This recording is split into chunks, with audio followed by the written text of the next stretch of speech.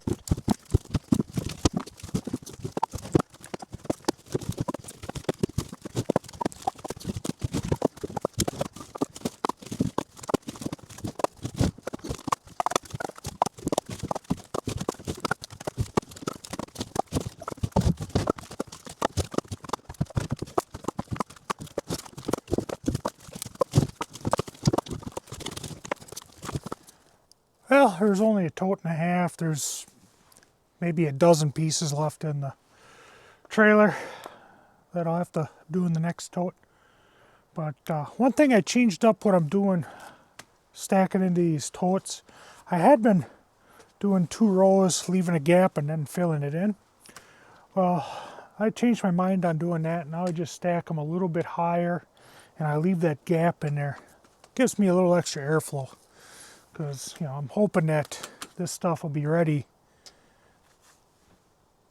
about mid-December, January next year, so 1 year. I guess time will tell. We'll see how it dries, but I think it will.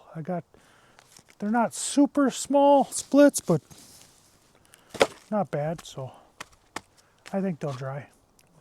But that's all I got for you on this one. Please stay tuned, like and subscribe. Thank you.